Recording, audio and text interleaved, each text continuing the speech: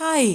HYMൽ രണ്ടാമത് വരുന്ന കാര്യം എന്താണെന്നറിയോ? Thinking and communicating with clarity and precision. അതായത് കൃത്യമായും വ്യക്തമായും ആശയവിനിമയം നടത്തുവാനും സംസാരിക്കാനും ചിന്തിക്കുവാനും കഴിയുക എന്നതാണ് രണ്ടാമത്തെ മാനസിക വ്യാപാരം. ചിന്ത ബുദ്ധിയെ മാത്രമല്ല അച്ചടക്കത്തെ കൂടി സൂചിപ്പിക്കുന്നു. വ്യക്തമായി ചിന്തിക്കുന്നത് വഴി വൈകാരിക യുക്തിയോടെ നമുക്ക് കാര്യങ്ങൾ വിശകലനം ചെയ്യുവാനും അത് മറ്റുള്ളവരിലേക്ക് എത്തിക്കാനും കഴിയും. ഉദാഹരണത്തിന് നമ്മളോട് ആരെങ്കിലും എന്തെങ്കിലും കാര്യം ചോദിക്കുമ്പോൾ അതിന് എടുത്തിയാടി മറുപടി പറയാതെ കൃത്യമായി ആലോചിച്ച ശേഷം ഒരു ഉത്തരത്തിലെത്തിച്ചേർന്നതിന് ശേഷം ഒരു മറുപടി പറയുക. അതാവുമ്പോൾ കേൾക്കുന്ന ആൾക്ക് മനസ്സിലാവുകയും അത് അതിൻ്റേതായിട്ടുള്ള ഗൗരവത്തോടെ അത് എടുക്കാൻ കഴിയുകയും ചെയ്യും.